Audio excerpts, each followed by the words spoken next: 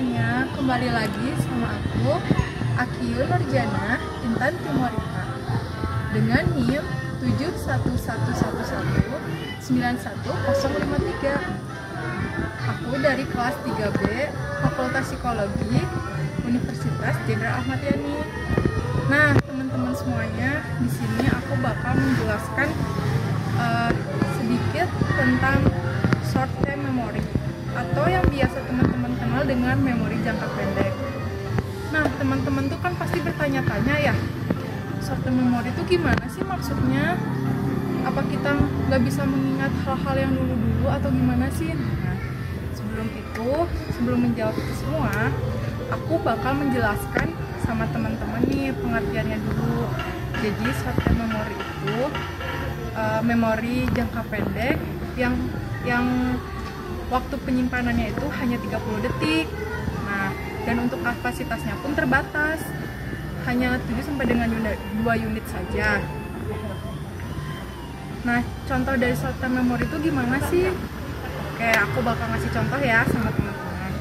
Jadi, short term memory itu contohnya seperti misalnya ketika teman-teman lagi di kampus nih, nah terus sedang mendengarkan dosen menjelaskan materi, misalnya materinya fungsi mental tinggi, sama Bu Ina kan dijelasin thinking itu seperti ini gitu.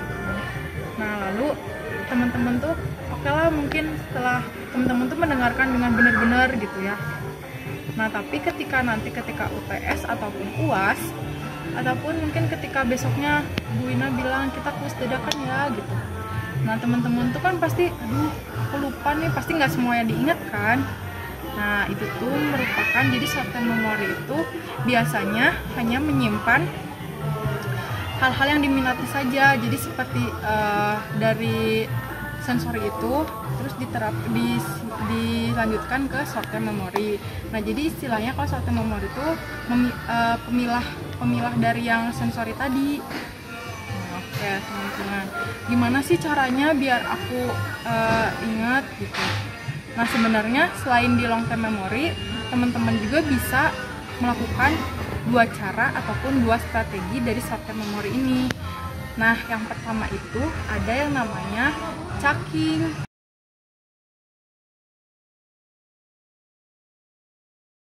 Oke, chunking itu apa sih? Nah, chunking itu jadi pengelompokan menjadi satu unit tunggal gitu loh teman-teman. Jadi seperti contohnya teman-teman tuh ingin menghafal nomor rekening.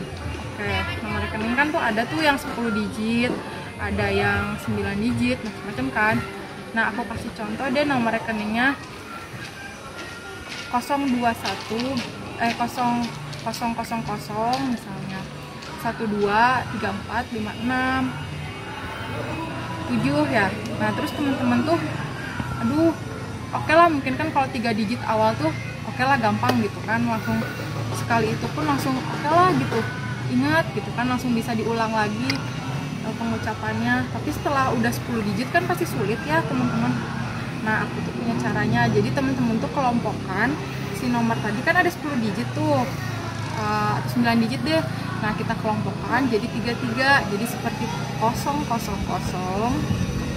terus 123, kemudian 456, kayak gitu teman-teman. Kan kalau dengan cara kayak gitu, teman-teman tuh lebih mudah mengingatnya ya kan, kalau sudah dibagi-bagi seperti itu. Nah, itu juga untuk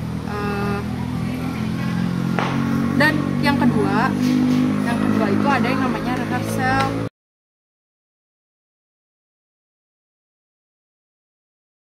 Apa sih rehearsal itu? Nah, rehearsal itu pengulangan yang dilakukan secara sadar tanpa